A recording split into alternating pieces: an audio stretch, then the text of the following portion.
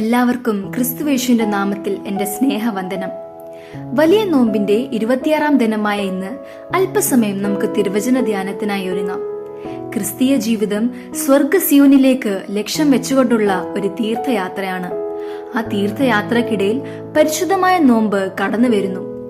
എന്താണ് നോമ്പ് അല്ലെങ്കിൽ ലെന്റ്? ആ വാക്കിൽ തന്നെ അതിന്റെ അർത്ഥം നമുക്ക് കണ്ടെത്താൻ സാധിക്കും. Let us eliminate or eject our negative thoughts. നമ്മെ തന്നെ ആത്മശോധന ചെയ്ത് പുറത്തു കളയേണ്ടതിനെ എലിമിനേറ്റ് ചെയ്ത് ദൈവവുമായുള്ള ബന്ധം ഒന്നുകൂടി ഉറപ്പിക്കാനുള്ള അവസരമായി നോമ്പിനെ കാണുവാൻ നമുക്ക് സാധിക്കണം. നോമ്പ് ആത്മപരിശോധനയ്ക്കും അനുതാപത്തിനുമുള്ള സമയമാണ്. നീതിയുടെയും കരുണയുടെയും കവിഞ്ഞൊഴുക്കിനു വേണ്ടി അനുഷ്ഠിക്കുന്ന ആധ്യാത്മിക ഒരുക്കമായി നമ്മുടെ നോമ്പുകൾ ആയിത്തീരണം. അനുതാപവും രൂപാന്തരീകരണവും സാമൂഹിക പ്രതിബദ്ധതയുമുള്ള യുവജനങ്ങളായി തീരുവാൻ ഈ നാളുകളിലെ നോമ്പാചരണം സഹായിക്കട്ടെ എന്ന പ്രാർത്ഥനയോടെ അല്പസമയം നമുക്ക് വചനം ധ്യാനിക്കാം. അതിനാധാരമായി തിരഞ്ഞെടുത്തിരിക്കുന്ന വേദഭാഗം സദൃശ്യവാക്യങ്ങൾ 3-ാം അധ്യായം 1 മുതൽ 8 വരെയുള്ള വാക്യങ്ങളാണ്. Proverbs chapter 3 verses 1 to 8. അതിന്റെ 1-ാം വാക്യം ഞാൻ വായിക്കട്ടെ. മകനെ, എന്റെ ഉപദേശം മറക്കരുത്, നിന്റെ ഹൃദയം എന്റെ കൽപ്പനകളെ കാത്തുകൊള്ളട്ടെ. ജീവിപ്പിക്കുന്ന വചനം, വേർഡ് ദാറ്റ് ഗിവ്സ് ലൈഫ് എന്നുള്ളതാണ് ഇന്നത്തെ ചിന്തയുടെ വിഷയം. ഈ വേദഭാഗം പരിശോധിച്ചാൽ മകനെ എന്ന അഭിസംബോധനയോടെ ആരംഭിച്ച് ഒരു വ്യക്തി തന്റെ വ്യക്തിപരവും സാമൂഹികവും ആധ്യാത്മികമായ ജീവിതത്തിൽ അനുവർത്തിക്കേണ്ട എല്ലാ കാര്യങ്ങളും ഉപദേശ രൂപേണ നൽകുന്ന ദൈവത്തിന്റെ ഹൃദ്യമായ സംഭാഷണം കാണുവാൻ സാധിക്കും.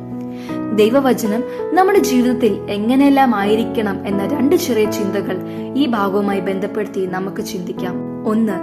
കൂട്ടായി കൂടെ നിൽക്കുന്ന വചനം. യാത്രയിൽ ലക്ഷ്യമാണോ കൂട്ടാണോ പ്രധാനം എന്ന് ചോദിച്ചാൽ രണ്ടും പ്രാധാന്യം നിറഞ്ഞതാണ് എന്ന് നാം പറയും. ലക്ഷ്യത്തോടൊപ്പം കൂട്ടായിക്കൊണ്ട് നടക്കേണ്ടത് ആരെ എന്ന് വേദപുസ്തകം വ്യക്തമായി നമ്മോട് പറയുന്നു. ഹൃദയത്തോട് ചേർത്ത് പിടിക്കേണ്ട ദൈവത്തിന്റെ കൽപ്പനകളും ഉപദേശങ്ങളുമാണ് ഇവിടെ 1-ാം വാക്യത്തിൽ നാം കാണുന്നത്. ഉപദേശങ്ങളെ ഓർക്കുകയും കൽപ്പനകളെ സൂക്ഷിക്കുകയും ചെയ്യുന്നവർക്ക് ലഭ്യമാകുന്നത് ദീർഘായുസ്സും ജീവകാലം മുഴുവൻ സമാധാനവുമാണ്. സമാധാനമുള്ള ജീവിതം ആരാണ് ആഗ്രഹിക്കാത്തത്? സഖ്യത്വം നൽകുന്നുവെങ്കിൽ അത് ദയയ്ക്കും വിശ്വസ്തതയ്ക്കുമായിരിക്കണമെന്നും അത് നിന്നെ വിട്ടുപോകാതിരിക്കാൻ ഹൃദയത്തോട് ചേർന്ന് ഇരിക്കത്തക്കവണ്ണം കഴുത്തിൽ കെട്ടിയിടുകയും ഹൃദയത്തിന്റെ പലകയിൽ എഴുതണമെന്നും എഴുത്തുകാരൻ ആവശ്യപ്പെടുന്നു. ഹൃദയം ശരീരത്തിന്റെ കേന്ദ്രമായതിനാൽ ഹൃദയത്തിൽ രേഖപ്പെടുത്തുന്നത് ജീവിതത്തിൽ മുഴുവൻ നിലനിൽക്കും എന്നാണ് അർത്ഥമാക്കുന്നത്. അങ്ങനെ ദൈവത്തിനും മനുഷ്യർക്കും ബോധ്യമായ ലാവണ്യവും സൽബുദ്ധിയും പ്രാപിക്കുവാൻ നമുക്ക് സാധിക്കും.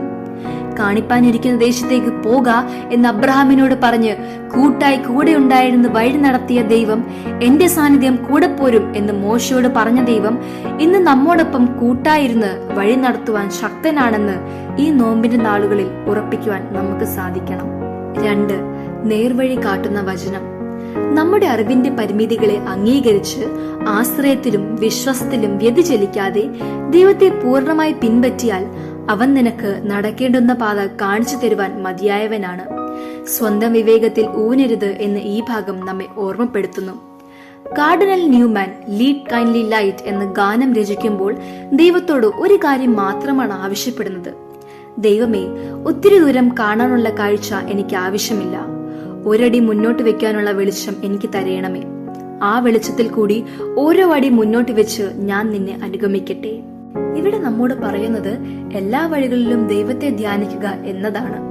വഴി ഏതാണെന്ന് ചിന്തിക്കുമ്പോൾ ഇതാകുന്നു വഴി, ഇതിൽ കൂടി നടന്നുകൊള്ളുക എന്ന ദൈവശബ്ദം നമുക്ക് കേൾക്കാൻ ഇടയാകും. സ്വയം ജ്ഞാനിയായി തോന്നാതെ ദൈവിക പരിജ്ഞാനത്തിന് വിധേയപ്പെടുക എന്നതാണ് ദൈവം നമ്മെക്കുറിച്ച് ആഗ്രഹിക്കുന്നത്.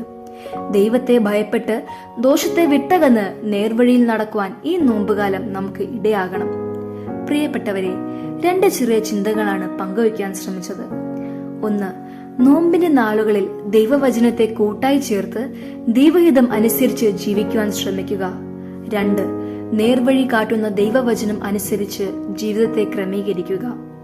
ഈ നോമ്പിന്റെ നാളുകളിൽ ദൈവവചനം അനുസരിച്ച് രൂപാന്തരത്തിന്റെ വഴികളിൽ കൂടി അനുരഞ്ജനത്തിന്റെ വാഹകരായി തീരുവാൻ ദൈവം തമ്പുരാൻ നമ്മെ ക്ഷണിക്കുന്നു. ആ കാൽവരി ക്രൂശിലെ സ്നേഹത്തെ മറുതലിച്ചു പോകാതെ അംഗീകരിച്ചുകൊണ്ട് നമ്മുടെ ജീവിതത്തെ നമുക്ക് സമർപ്പിക്കാം. അതിനായി ദൈവമേ കൃപ നൽകണമേ എന്ന് നമുക്ക് പ്രാർത്ഥിക്കാം.